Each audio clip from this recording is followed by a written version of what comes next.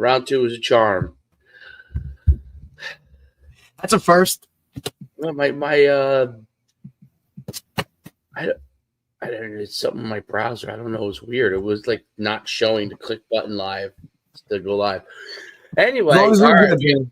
A great show today. We got Coach Ian Pace on today from Colgate. He's been at Mississippi State. He's been at Center College. He's been at St. John Fisher. He's been at Somerville High School. He's been at Colgate, obviously, for the last year and a half, I think, around. Where he's a wide receiver coach, a recruiting coordinator, and they've really improved since he's gotten there a ton, having a winning record. So without further ado, let's bring on Coach Pace. What's going on, Coach? Not much. Appreciate you guys letting me come on and talk. It's always a great opportunity to get out there. And if nothing else, you get to spread knowledge about the program you're currently with and just all the good stuff that's happening. So I really greatly appreciate you two for letting me be on this morning. So thank you. Appreciate you, Coach. We know you're kind of in the thick of it too. So, we've got to get it done. But, like I said, thank you for coming on. Appreciate it. And we're looking to have some good conversation about some ball. Yeah, absolutely. Coach, I'm sure you're sleep deprived too. Yeah. If you're not at this point, you're not doing something right? No matter what your success or failures on the year, if you're not, a little gassed, I think, at this point in the juncture, I don't know. No doubt. Coach, talk about your background, how you got into coaching, and kind of your rise through the coaching ranks and your journey. I first started coaching. I was graduating from Fordham University, which is my alma mater, back in the spring of 2009, and I didn't really know at that moment or juncture what I wanted to do. I went to Fordham hoping to become a lawyer, make a lot of money, but as I went through my academic undergrad career, I just was like not having the fulfillment or joy that I was looking for through my process of attaining my undergrad degree. And so my college coach at the time was like, you may want to look into it because you're pretty passionate about the game. You seem to have a good knowledge base and foundation for it. So I took up his advice. I ended up being very, very fortunate to garner a GA position at Bowling Green State University out in Ohio at the age of 23. And I didn't really, at the moment, realize how fortunate I was. I thought I knew a lot when in reality I knew very little. Went out to Bowling Green, learned from one of the best program builders I think I've ever been around, Dave Clausen. His leadership style, his manners, like his ability to empower the people that were a part of his program was remarkable and special. And he's done it absolutely everywhere he's been. I think he rebuilt Fordham from 0-11 to a national power, and then went to Bowling Green, Richmond, and now he's at Wake Forest. So it was great to watch his leadership style and just take as many notes as I could from him. From there, I was very, very fortunate that Coach Clausen connected me with Coach Moorhead, and I got to go back to my alma mater at Fordham and work as an assistant for a very long time. Those years were really, really fun. We took a program that was 0-11 there as well and got it all the way up to as high as I believe it was number 5 in the country. It was my first ever assistant job. Really, really enjoyed it. Got to coach a lot of really great people and players. From there, my next opportunity, I went to Mississippi State. I followed Coach down there, completely stepped out of a comfort zone geographically and everything I knew. And I wanted to do it. I thought it'd be a great opportunity. It's SEC. You see it on CBS Sports every Saturday. That just means more. So I guess I was a fan, and I was chasing that ultimate awesome opportunity. It was a really, really great thing. The whole experience itself was awesome. Even the ending. Unfortunately, Coach got let go. So when you're part of the staff, you get let go. So yeah, kind of bounced around a little bit. I ended up in Danville, Kentucky, in Center College, which is an absolutely fantastic place. If you don't know much about it, please go give it a peek. They're indoor. They have more facilities than most FCS schools on the East Coast. Like Coach Fry has done an amazing job building his own mini little Kentucky right there in the heart of Kentucky. From Kentucky, I went up with my wife. We went to St. John Fisher University. Got to be an offensive coordinator there for 2 years. It was awesome. It was great because anything you ever wanted to do, everything you ever thought would look cool, let's give it a whirl. And the good part Empire 8, right? Yeah. And the stage isn't enormous. I wish I had known that the national championship was going to come out of the Empire 8 a year and a half after I was there. Yeah. I did a great job. But it was so much fun. The kids were awesome. You had to be really creative and succinct in your teaching because you didn't really have a lot of meeting time with them. So that was a lot of fun. From there, I had moved my wife and I around 4 years straight, I believe, from Kentucky to Mississippi to New York. And she's a New Jersey native, and the opportunity to get back to New Jersey, even at a high school level, was something was presented to me, and I went and did it. It was awesome. The kids were amazing. I wouldn't take back ever going and coaching at the high school ranks. I completely underestimated, and I don't mean this in a bad way, the parents. Is very man. That's a lot, and especially at a place like that. It's just really tough. I think I was trying to do too much as far as I wanted to get everything set up and running overnight, and I just ran myself into the ground. I'm so happy to see where they're going now. I think they're about to win another one, buddy. Hopefully they can finish it off, because the kids are, I think they were sophomores or freshmen this year and a half I was with them. And it was just great to see what they're doing, and hopefully they'll finish it off with a lot of success. So, and then from Somerville, real fortunate. Coach Depascale here at Colgate had an opening on his staff. I basically emailed, DM'd, I guess any sort of communication you can to get in front of everyone. Interviewed, thought I did a nice job, and coach offered me the position. I started last spring as the tight ends coach. And about a week before our first game against Syracuse, our receivers coach got a great opportunity to go be an analyst for the San Francisco 49ers.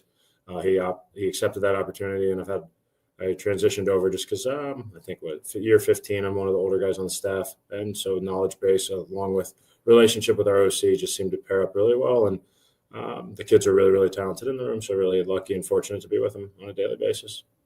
It's awesome. Sorry if that was a little too long-winded, but I figured I'd go. No, I mean, look, you got to tell the process, and that's part of it too. Like when we have guys on like this, just kind of, showing the people and whoever and then our guys that watch this, just kind of the path that it takes, and how you never really know where it's going to end up, right? I mean, you're at Mississippi State, SEC, and then before you know it, something happens and the trickle down effect, and now you have to literally bounce around every year, right, for 4 years till you kind of find that right fit. And I think that's part of the whole process, right? And that's kind of what coaches, I don't think parents, people really see what college coaches do, or the fact that that process that it takes to kind of get where you're at right now. Yeah, no, I think the first thing is, if you better have the right partner if you want to be in college athletics, or any sort of, even if you're going to be a coach of football, regardless of level, Pop Warner all the way up to college, you better have an understanding, appreciative partner that's okay with being independent, that's okay with having to do a lot that often you don't really appreciate, So moving her around was probably one of the hardest things I had to do, because it was like we'd settle down, get a little bit of a roots and a base, and then it was like, okay, ready to go. And, so just have that understanding. And then,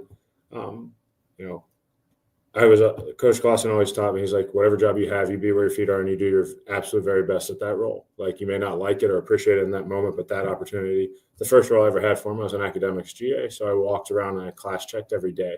When I first started it, the professors, I'd open the door to get in their classroom, like, who the hell are you? And get out of my room. But by the end of it, they would leave the door cracked, and I would walk in and they'd just say, you're all good, coach. You dominate your role, whatever it may be. It may be drawing scout cards all day. That's all you ever do. But you better draw the best scout cards possible so that you show the pride, the attention to detail, everything you want to do, so you get the opportunity to move on. And I've discovered there's way more lows than there are high moments in coaching. The high moments are absolutely awesome, though. When you get them, that's what keeps you coming back. It's almost like a round of golf. You may not hit a ball for, 8 holes. That's perfect. But that 9th hole, you take it from the tee and you're 300 out and you're like, let's go. So, but those highs are what keep you flowing. The lows, you learn to love them and appreciate them and press forward through them.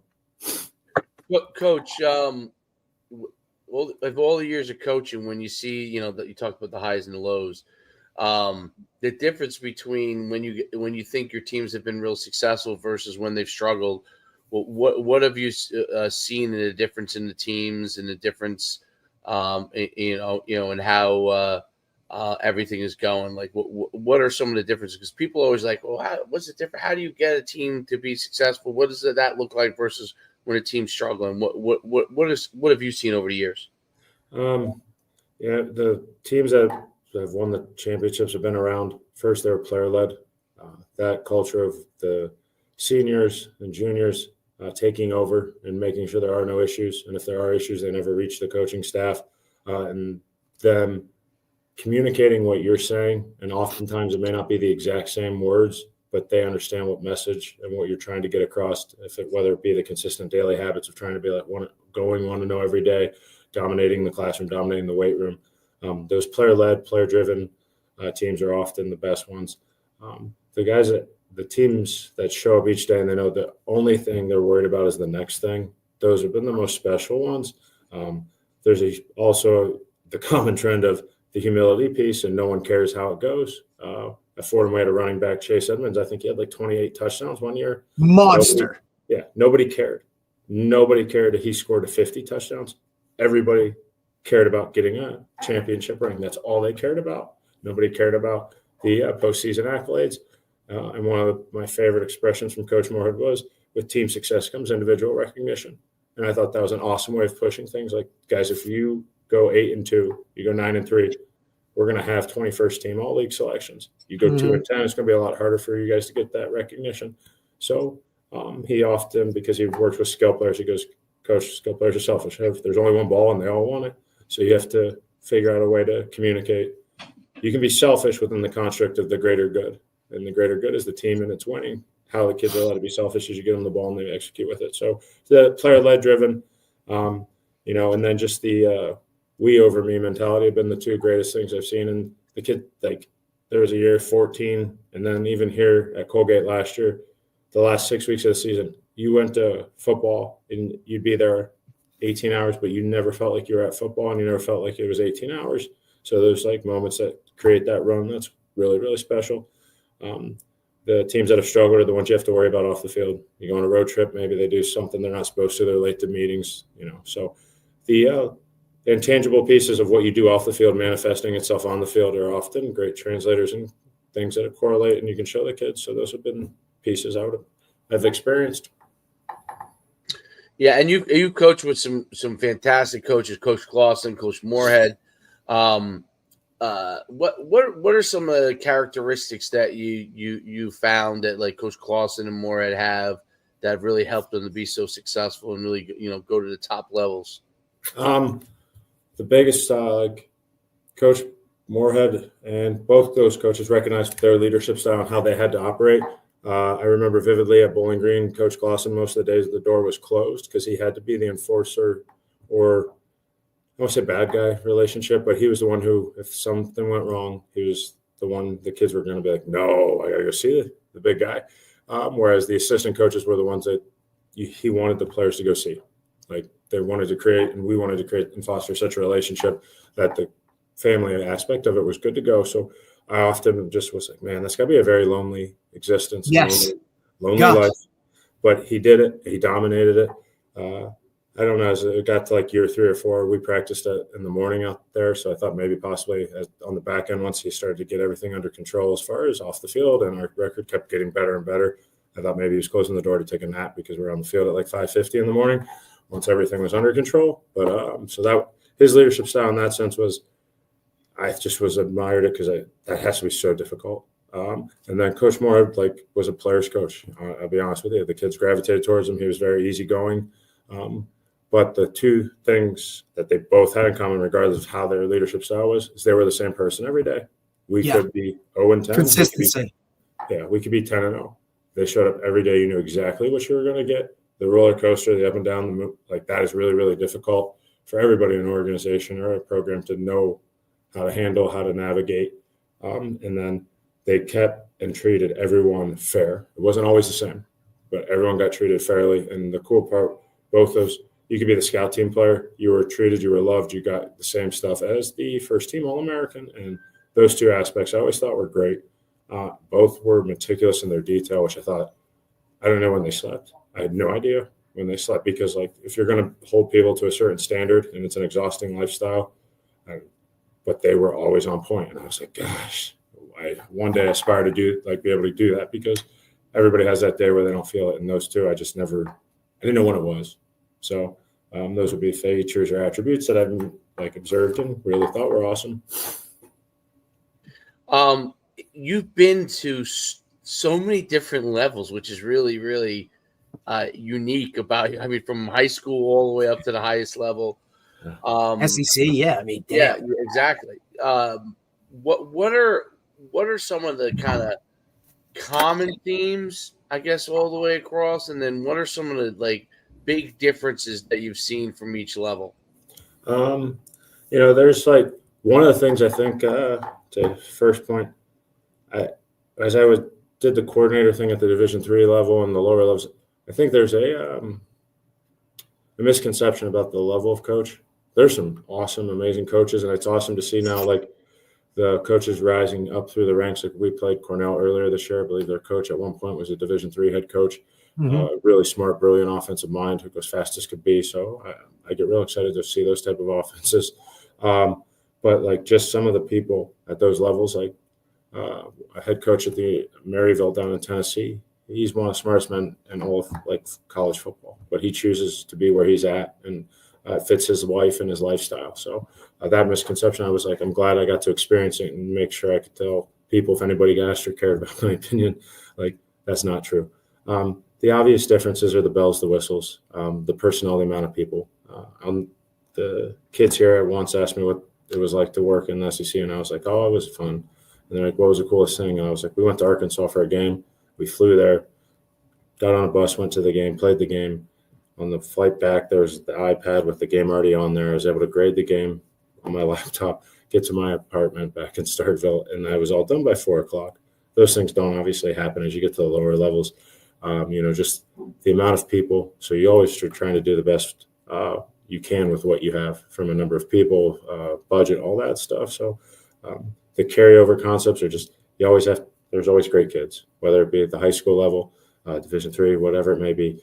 Great kids you get to work with, and they got to love football. And it seems most of the places I've been have been real fortunate. Like the center experience was during the middle of COVID. The school was okay. We did COVID daily testing, and we did like a fall ball. We did like 30 practices. And for everybody, it was a great opportunity because that was just such a downtrodden time. We got to go out and do football. And it was so much fun because you got to experiment, do whatever you wanted because there was no, I don't say pressure, but there was no immediacy of a win or a loss coming. Right. It was like having extra spring ball to get to experience, offensive stuff. And our defense was trying some stuff. And it was good because it was competitive, but it was never like, I hate the word pressure. You don't feel pressure, it's just you have the timeline where you don't have enough time to practice too many new things in a season structure. So, but yeah, I would just say all the bells and the whistles, and what you're asked to do at each place. Like Starkville, I broke down games. I worked in the tight ends, and I did studies. Like it was great. I got to watch football all day, every day. That's what I did. Like that because there had so many people, and that was the role I needed to fulfill. At center, I was doing the laundry. I was the offensive court. You do everything. So it's just like that would be the biggest difference. So, but you're always again trying to do the best you can by your kids and the people you get to work with. As recruiting coordinator, it's a totally new environment, obviously, in the last couple of years with respect to recruiting and how it works and, transfers, there's high school kids, kind of what's your guys' overall philosophy, and what are some of the challenges that you're seeing in recruiting? We're fortunate in the Patriot League. There's still some, I don't want to say purity, but due to the academic standards for most of the institutions in the league, a lot of the things that most programs are facing nowadays, we are still very fortunate to go with the more traditional standard style of recruiting because you have to have a certain grade, certain GPA, certain test score to get admitted. Hell yeah. So it is great. It is uphill at times because you are going to recruit against and play against some people, especially different, that they're able to touch and get some guys that you're not able to. The biggest thing is just the timeline of everything. It's so sped up, and I think that was one of the getting to be at a couple different places. I think was huge for me to help be able to bring that to here. A lot of staff has been very experienced. A lot of their experience is here, and when you're around one thing, you continue to do that thing. So I think it was awesome to have the opportunity to bring a little bit of a different perspective. Not to rush our recruiting process, but you have to catch up. If this was like the first time I think we did summer official visits, so that whole process has looked different for everybody. It was funny because you would be a lot in the spring. It was like, what is everyone doing in the summer? And no one Right. really knew what to say to each other because it was kind of like, I think nobody really knew it at the FCS level. So it was like, we have to work these camps. You have to go to this camp. Plus, you want to do these summer officials. Plus, this is your one time every year as a coach to give yourself the opportunity to recharge the battery. But the biggest differences of it, I would say, is the speed, how you're reaching the kids. Like at one point, graphics were big. I don't know if that's still a big thing. We do them just because you got to do it because others do it. But the speed at which it operates, and at our level, and especially in our league, you can't afford to have a recruit come in and not fulfill what you're hoping for. At the minimum, they need Absolutely.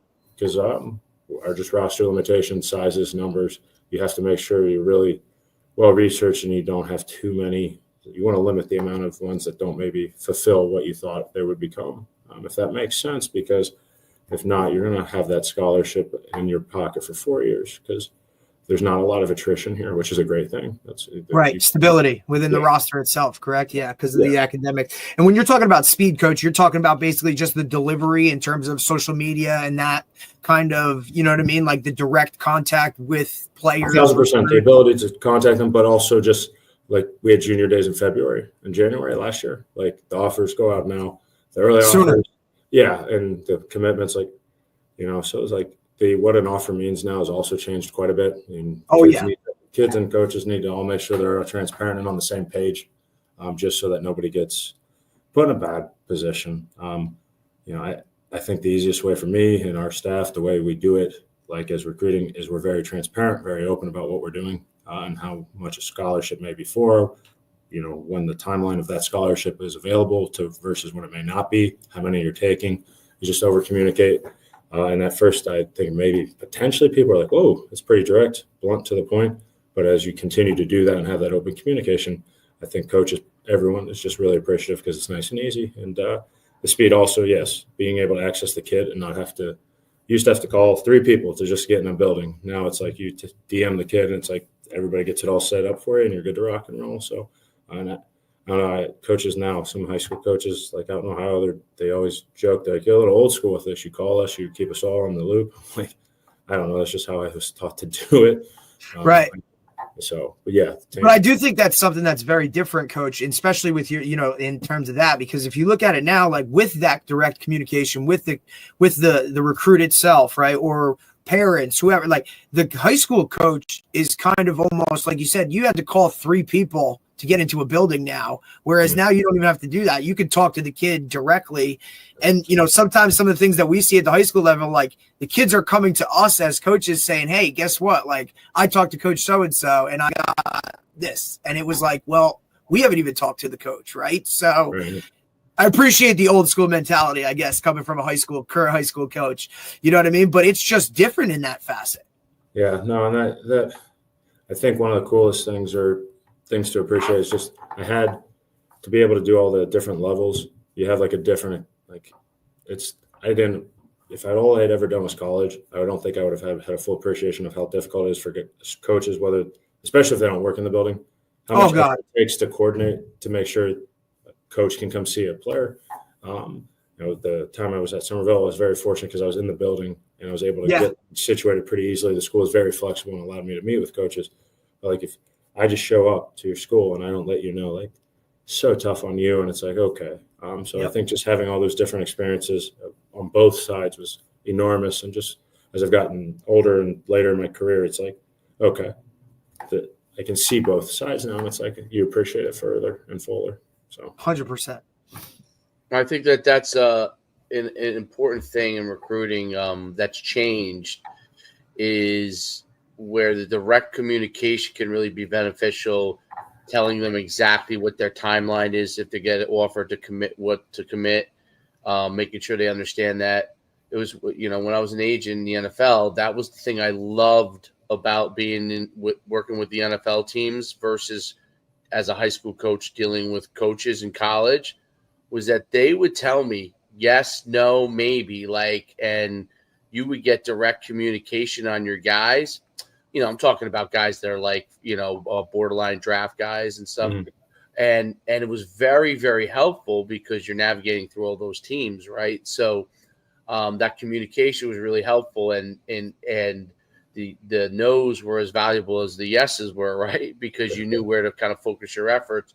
And I think the same thing with kids in recruiting is, I always tell them, ask coaches really directly what the situation is and where you stand, because that helps them understand where, they stand with you, and you understand where you stand with them. And then you can make better decisions. And college is a little different, obviously, because, you have your board and these guys are here, and then, you're not sure if this guy's going to come to you, even if you offered him, type of thing. So you're kind of trying to build the relationship still with the kid and the parent, but the parent and the kid doesn't necessarily understand how that works, right? So it's kind of a difficult explanation. But I do think that the more the open communication is, it's much more likely that a kid ends up going to you if you do offer them, and better opportunity for that kid to have success. Because that's the biggest thing that I've seen with recruits, is that I would say it's not the kids that are obviously the kids that are just slam dunks. That's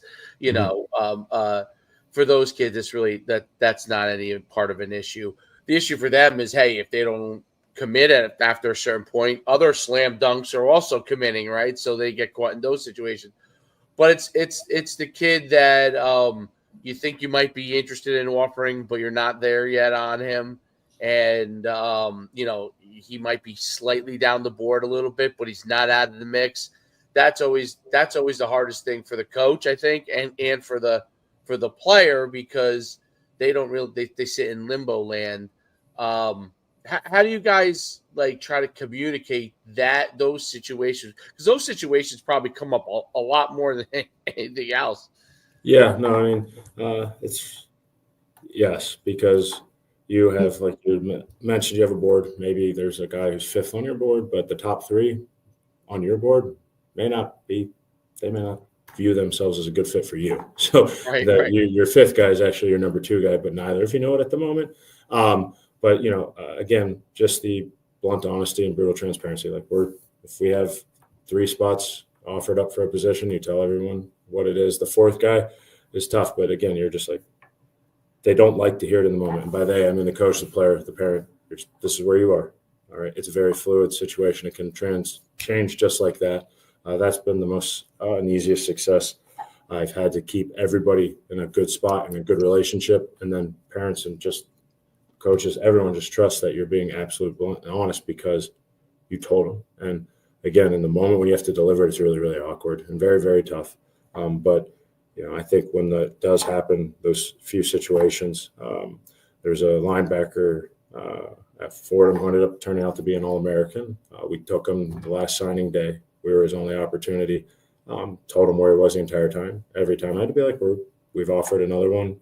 You're the next up. And he got so tired of hearing it. I got so tired of delivering it to him. Right. And finally, I don't want to say it was like, now it's your turn, but it was like, okay, you're up. And I'm so glad and fortunate because there's no science to the recruiting. And sometimes you get really dumb lucky and you get some really good ones. You can always follow the measurables, but the intangible piece of your institution where you're at, Colgate's really isolated. It's in a real small part of central New York. If guys want big time city life or certain aspects like that, they're not going to have success here regardless if they're good or not. But just over communicating where somebody is.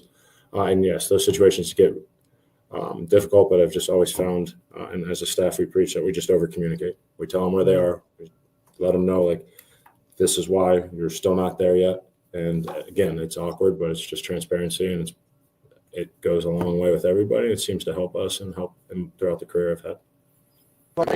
Ultimately, it's definitely not the norm, right? And that's definitely not the trend as to how most staffs, I believe, operate. But for you, I mean, look, I know in the moment, mom, dad, kid, you may not want to hear this, but it's ultimately going to help you in the future because you're not going to be sitting here waiting for something or you think it's one thing and it's not. We're just going to tell you how it is, exactly where you are, and allow you to kind of, then make your decision based off there. And I think also the academic standards put you guys in a different realm as it is, right? So it's already your board board is very different than most others. And like you said, isolated piece of New York, right? All of those things like factor into whether or not that's the right fit for the player. Mm-hmm. Yeah. And, it's just our pool is small. It kind of gets diluted for you, which is nice. But the negatives are you're recruiting against the same people all the time. All the time. All the time. So it's like, who are you talking to? And it's like, let me list them off for you. Yep. But the only time, the transparency is great because it's just, again, if a kid or a family have an opportunity to another institution and you're not there yet at our institution, we're not ready to give them an offer. It's just, if you're transparent with them and you're like, hey, if they start to give you a deadline or they're, kind of squeezing you, you do what you have to do and what's best for you. Because at the end of the day, it's all about getting as many kids to division free as possible. Whether it be D1, right. D2, D3, if it's division free, it's for me. So whatever you can do to help kids get that attained, and it's not altruistic. It's just what I was taught by Coach Moore. It's like you go wherever it's free. So you help kids get that done. And I think when you do that and you do it the right way, good things happen for you, your program, and everyone, because everyone wins. Right, no doubt about it. Are things like NIL an issue or a factor at all? The Patriot League, is that even? There are some things in that, and we have a good system here. One of the kids I coach has a pretty good setup, which is awesome. And is it what it is at the other places? No, but we do have it. We're fortunate, a lot of people that come to Hamilton, New York and get a great degree and move on, they often they have a good after college experience as far as being able to help us and make sure that things of that nature are there and available.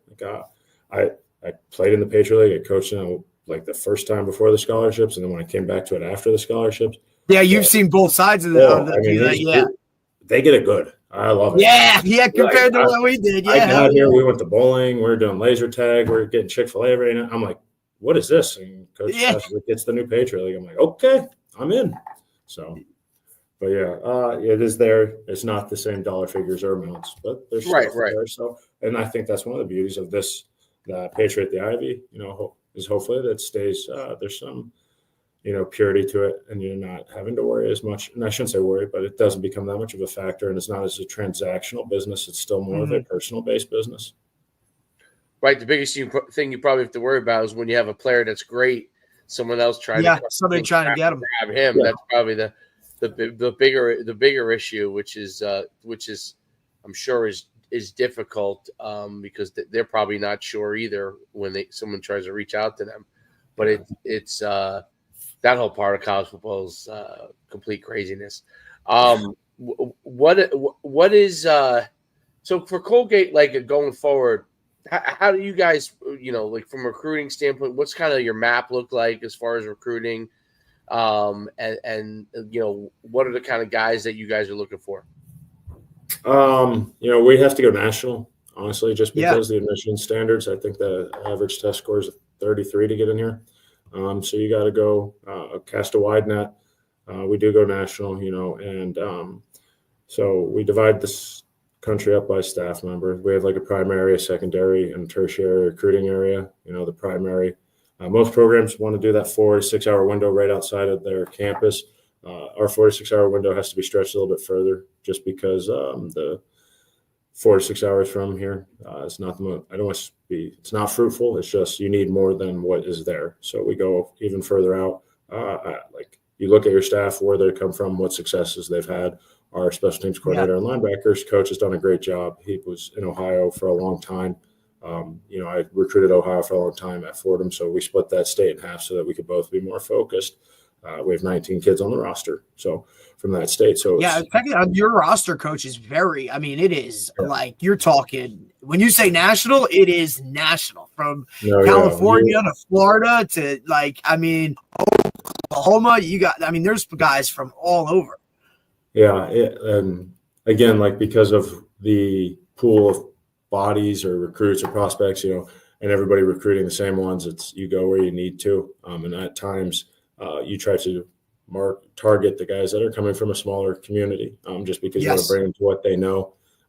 It's not that our guys from the city have not had a great experience here, but you try to go target those and keep them in a comfort setting. If you're going into downtowns and stuff, it may be tough for them to come out to Hamilton where there's not as much of that. So, Right. But yeah, we do that national piece where like in the spring, everyone spread out, divide and conquer to construct recruiting boards, all that good stuff. And then the summer, you visit as many camps as possible, collect as much information as you can, hopefully see as many folks as possible.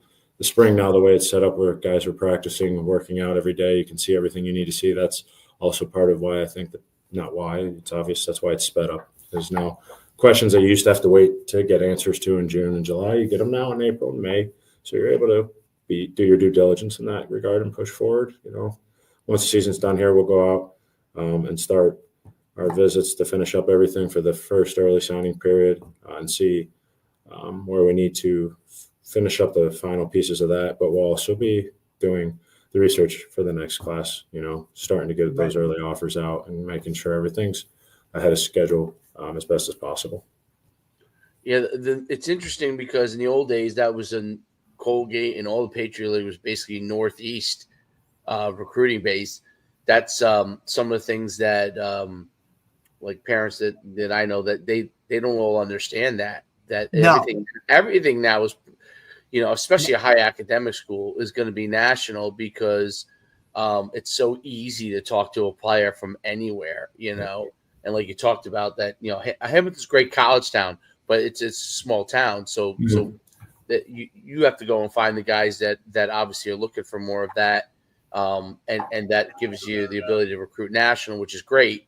But parents in the Northeast sometimes, which is your area, right? They don't always understand that. They don't realize, they think they're competing, for Colgate with the Northeast, right? Because that's how it used to be. But they don't realize that, that's not the case, So it's a very, very and the South obviously is littered with and Midwest are littered with football players that are really, really talented. So they're competing with those people around the country. That's the thing that me and Derek have talked about this a lot, that we're trying to get people to understand and open their eyes to is that you're competing, your high school team.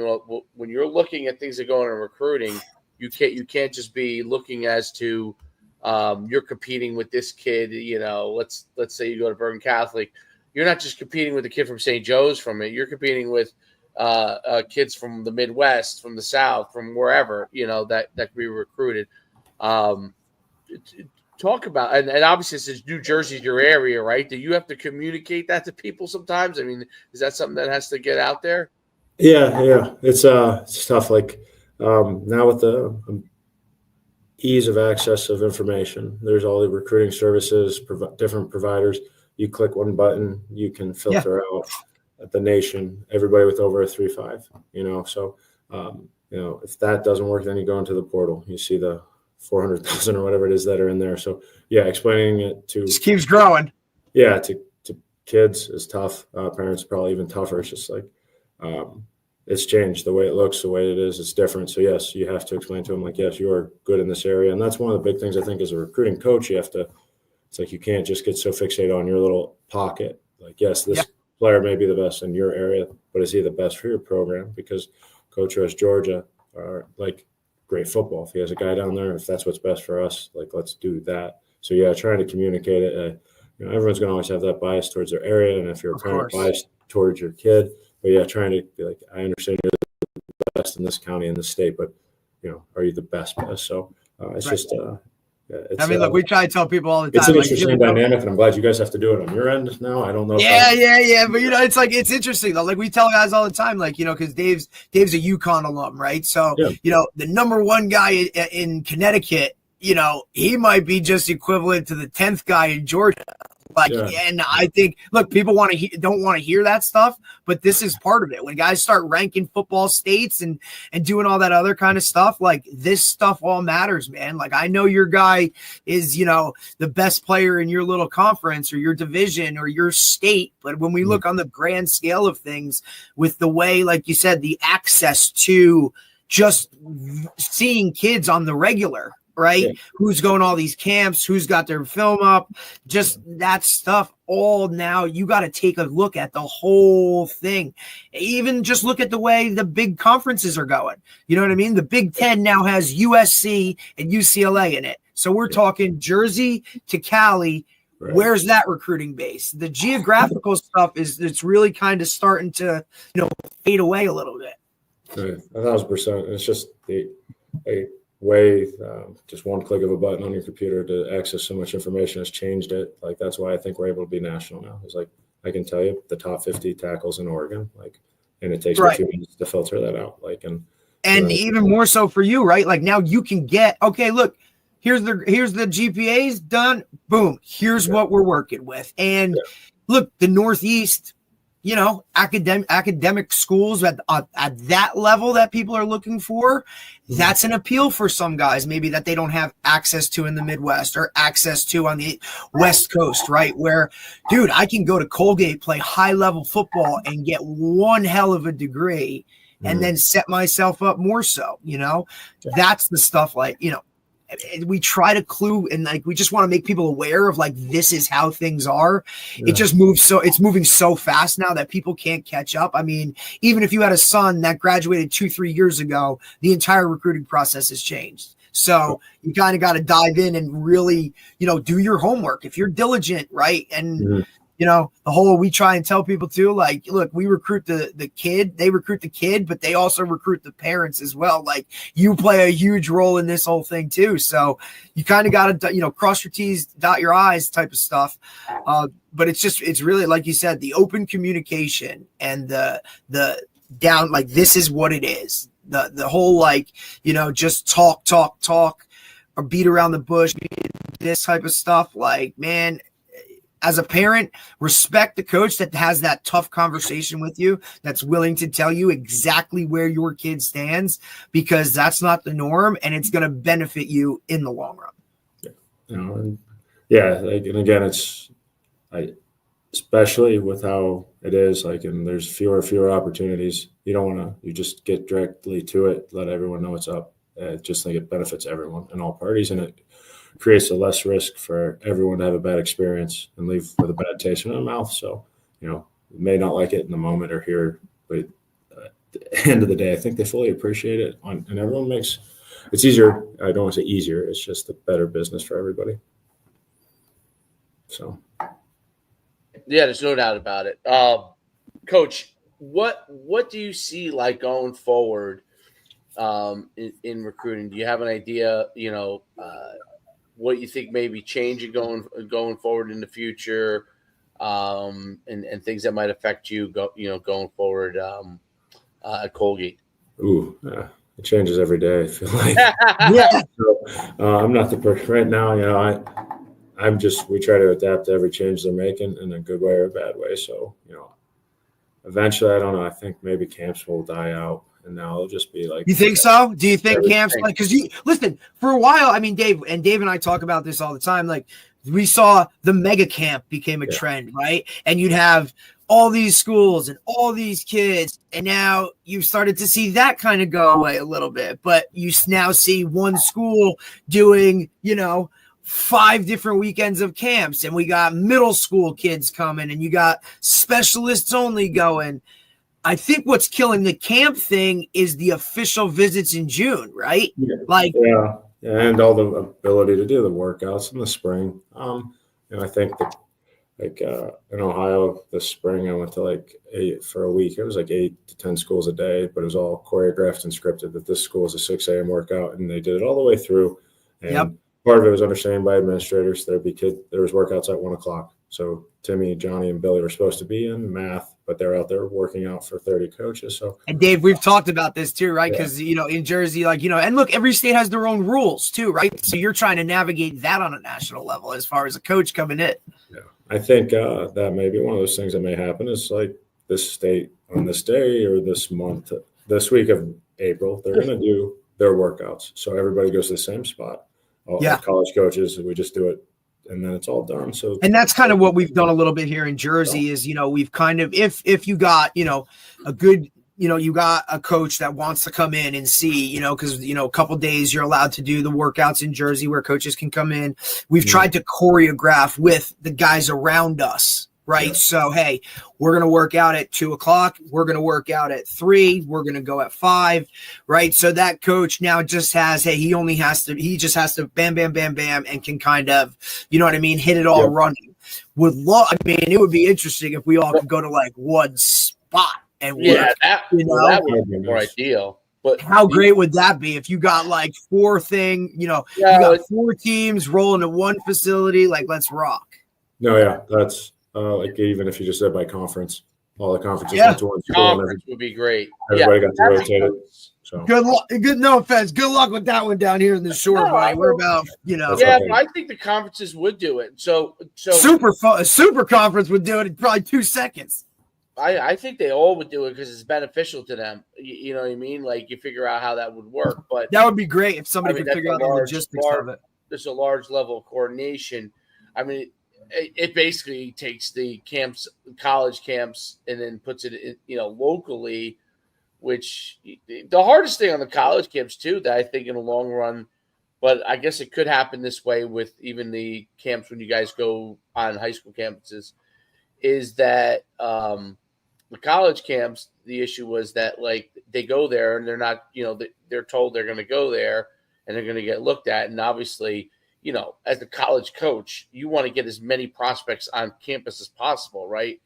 And the kids don't understand, not more than the kids, the parents don't understand that that's the objective for coaches. So as many as potential prospects that you might be interested in to get them on campus.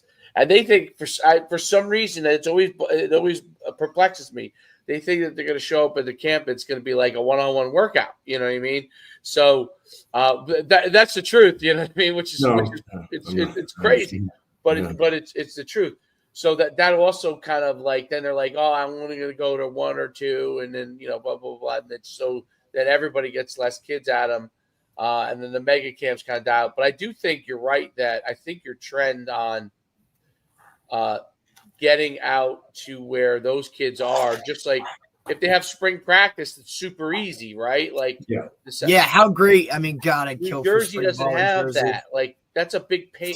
I think it's a huge negative for recruiting for New Jersey. It's not a negative as far as, hey, long-term, I don't know, physical health or anything like that.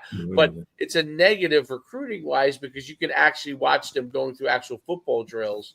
And the states that don't have that, it definitely hurts them because when you could recruit nationally and you're not doing what the best states have nationally, you're behind it. You're not giving your kids the opportunity to put themselves in the best position to get recruited because just based off of logistics, they're already behind the 8 ball because they can't have spring practice, which means now they can't get out there, and which is why you see guys in these states kind of go off and do their own thing, and they're taking those extra risks of going to showcases, combines, or they're trying to play in something or do this 7-on-7 stuff, right? Like if we would all just come together and really look at it like we all say we're in it for the kids and just do it for the kids, and that would be on the table. Like people go to Jersey, it is well recruited, but I think adding that would help.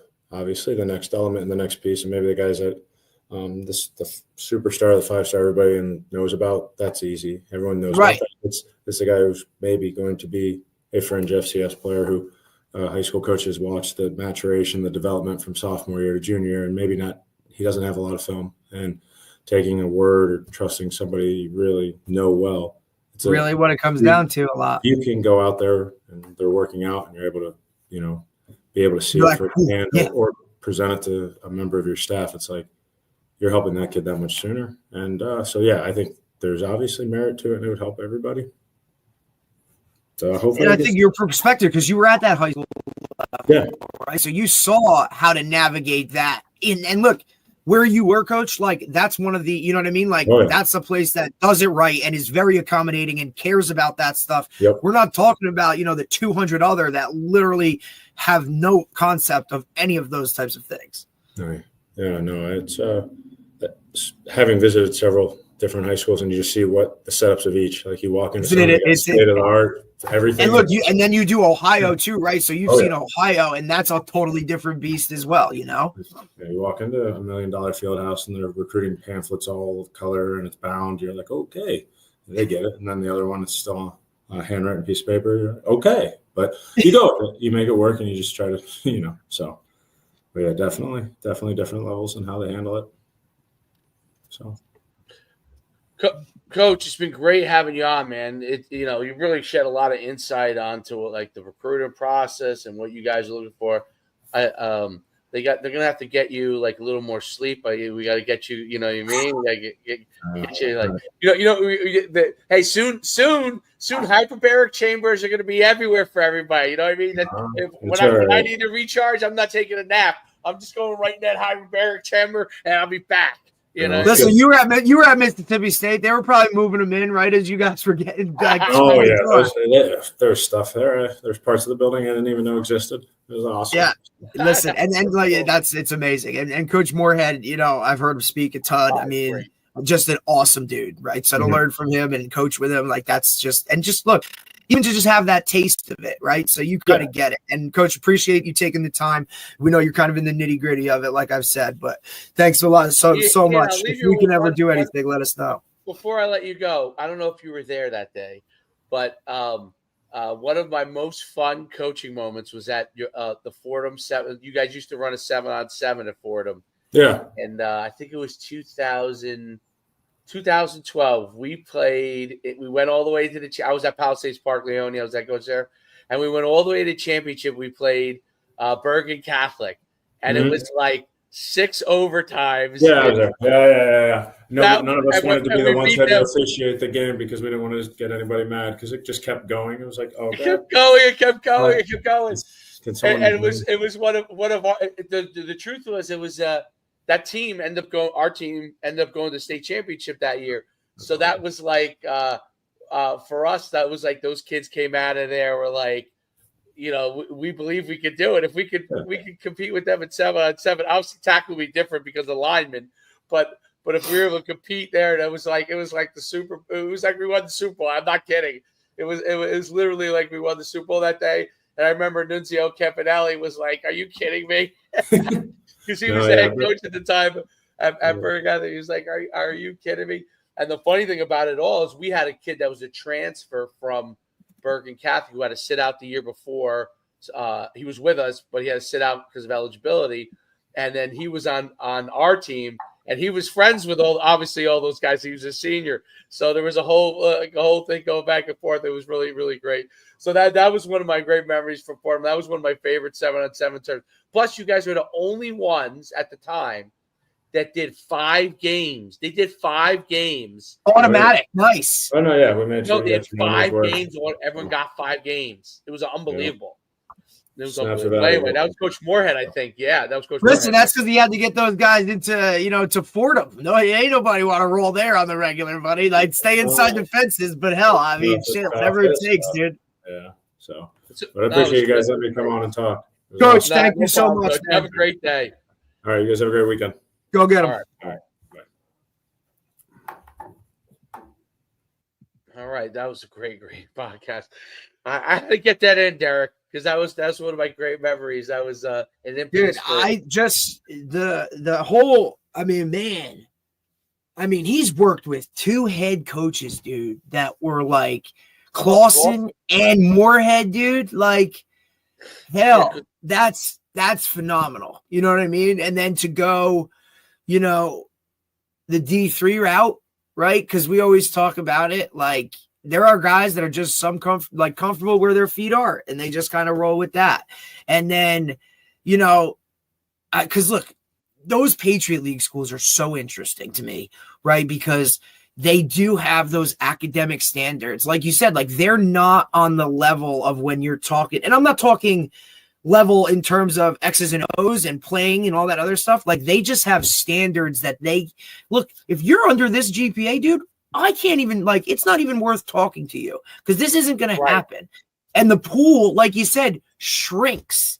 And great point by you when you brought up the fact that, look, this isn't geographical anymore, dude. Like the kids up, like go look at this roster, man. Because I was going through it and I was wowed.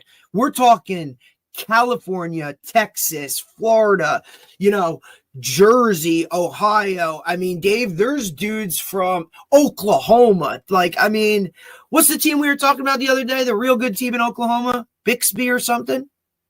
Bixby. The one that kid on runs the team. The wishbone. There's a kid on the team from Bixby, dude. The wing T type style up. Yeah. There's a kid on that. There's a kid on Colgate from Bixby. There's a kid on really? Colgate from Bowles, Florida. There's a kid on Colgate from Manasquan, New Jersey. I mean, dude, yeah. Dave, there's a kid on there from St. John Bosco in California. Like that to me is, I mean, damn, right? And I mean, you look at the coaching staff and how they have it, on their website. And look, I always feel like when I check out a team or a school and you look at their website and it's a certain way, like, you can kind of tell that they know what's going on. I mean, they have every position coach and every place that he recruits in terms of states. Look, North Jersey, South Jersey, like these guys do this. And like these guys handle a lot. So sleep deprived or not, I can tell my man's working, like he is working. And again, parents, if you're listening or watching, like it's got to be the right fit. I know everybody's just like, oh, scholarship. There are a lot of scholarship guys that can play at Colgate, but my man, you can't live at Colgate and you won't survive in that setting. Like, not going to happen. So you better kind of do your homework and not just, you know what I mean? Because he talked about it. We got a board with 1 through 5, but 1 through 3 are never going to come or not going to work here. So 4 is really the one and all that kind of stuff, man. Like you got to just know, do your homework, go to these places, see what they're like, and then go from there. But I thought he was pretty good, man. I like him a lot. It was excellent. And he recruits South Jersey, so he's in it. You know what I mean? And dude, like he coached at Somerville, bro. Like, come on, dude. Like they're undefeated. As active and as big as our stuff is on YouTube, the live on X. Dude, the live on X kills it, dude. Dave, because it pops up on the top of everybody's. So everybody that follows and you see sports, Dave Schuman, any of that stuff, it all pops up right on top when you log into it. Like it literally comes up immediately where you can just click it, go right into it and fly. And that's right. Like I don't know. I don't know. It comes up on mine. Like I don't know if you like it comes up on mine. Right. Like if you put, I don't know if you put access to whatever for like at Coach Schuman or at Coach D NUC Sports, like that would all pop up the live as it is. And then whoever wants to click it and go. And then the recasts kill it too, dude. Well, the recasts in YouTube kill it. Plus, you listen, it's like it's guest oriented too. People see like, hey, I got a guy from Colgate coming on here. Oh, I could let's go talk about it. You know what I mean? Like that matters too. But like, I just think it's detraction, dude. Wait. So you're saying if we can get Joe Rogan, we might have 1 million views, probably. Yeah. I don't know, Joe Rogan. You think he's willing to do it? Just tell him you're a Trumper. Yeah, I don't know if he'd be willing to do it. I think he just does. Or do we have to go there? Like, can I go there and hang out in his hyperbaric chamber and then I'll go there, dude? Are you kidding me? Like, I'll tell him put me through one of his workouts. You could kill me. I don't care. Let's do it. Oh my goodness. Well, that was another great podcast. We're back next week. Tony Holler are back on Monday, man. We got to get him before he starts he just had his he just met with his indoor people, so we got to get him on Monday. Okay, cool. Perfect. All right, we'll get Tony. He's fired up, coach. He's fired up to get back on and talk. Feed the cats, man. Hey, listen, I apply to feed the cat stuff as much as I can. So our entire program is going to be based around that, man. And our track coach does it winter and spring and all for it. Yeah, the feed the cats.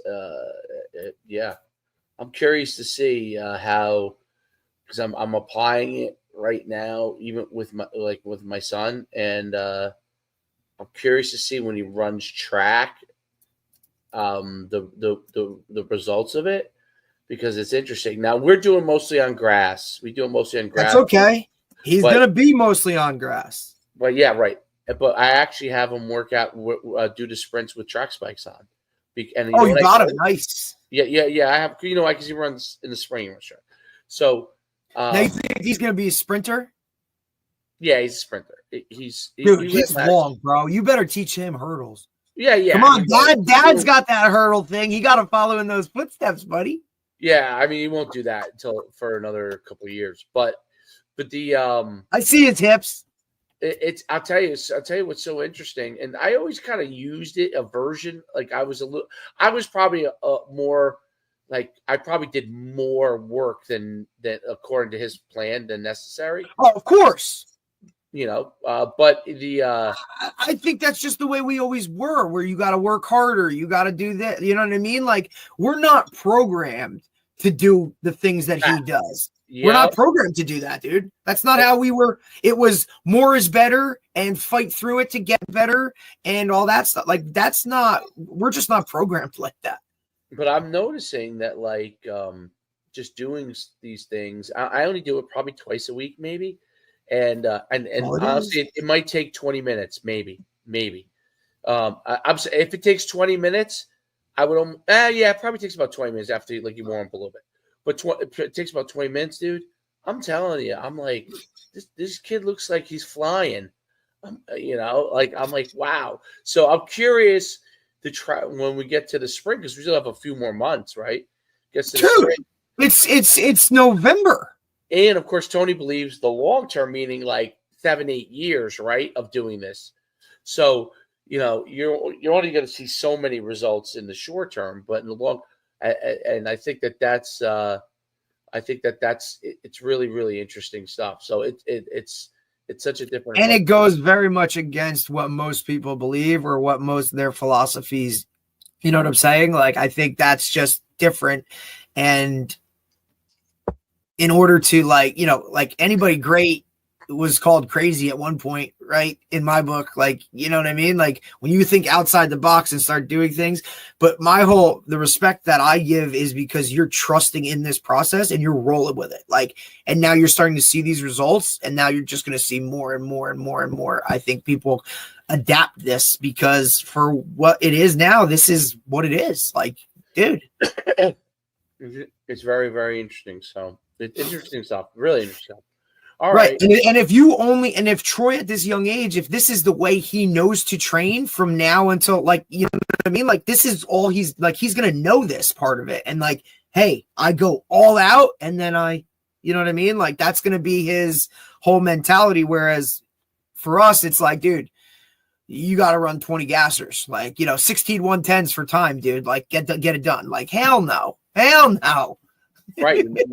Right, you made them slow, which everybody else does. This is one of the things that like I apply things the way that I do it, and but I when I watch everybody else, it's just like you're like, dude, what are you doing? Like, what are you doing? I can't even watch it. So you're like, why are you running hundreds, bro? Like, what are we doing? Yeah, like the kid's 8 years old, dude. He can't run 100 yards. Yeah, so for time. Over and over and over and over and over. Over and over and over and over. In no order. No, I know. All right, here. All right, man. See you on Monday. Next week, people. Monday.